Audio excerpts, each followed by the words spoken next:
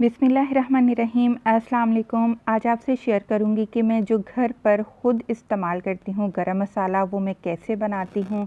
और बिल्कुल ये परफेक्ट कमर्शियल गरम मसाला की रेसिपी है और मैं पूरे 1 महीने का गरम मसाला घर पर तैयार करके रख लेती हूँ और बहुत ही आसानी होती है।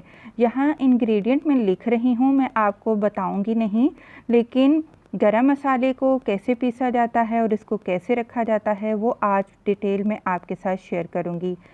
सबसे पहले तो आपने गरम मसाले ले लेने हैं और अगर नमी है मसालों में या फिर बरसात का मौसम नमी वाला होता है तो ऐसे मौसम में या तो आप धूप लगवा लीजिए मसालों को या फिर आप इनको ड्राई रोस्ट कर लीजिए। इससे जो गरम मसालों में नमी है वो ख़त्म हो जाएगी, तब आप इनको ग्राइंड कर लीजिए।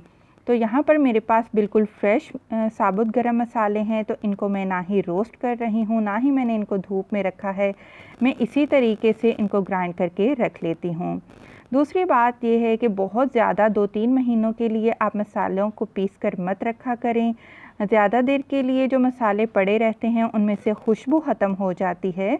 यहाँ पर एक बात बताती चलूँ कि ये जो मसाले हैं इनको जायके के लिए नहीं इस्तेमाल किया जाता, इनको सिर्फ़ और सिर्फ खुशबू के लिए इस्तेमाल किया जाता है। इसीलिए तो जब भी कोई देग बनती है या फिर खाना बन रहा होता है तो हमें जायका तो इनकी तरफ नहीं लेकर जाता, हमें इन गरम मसालों की खुशबू इनकी तरफ खाने की तरफ खींच कर लेकर जाती है।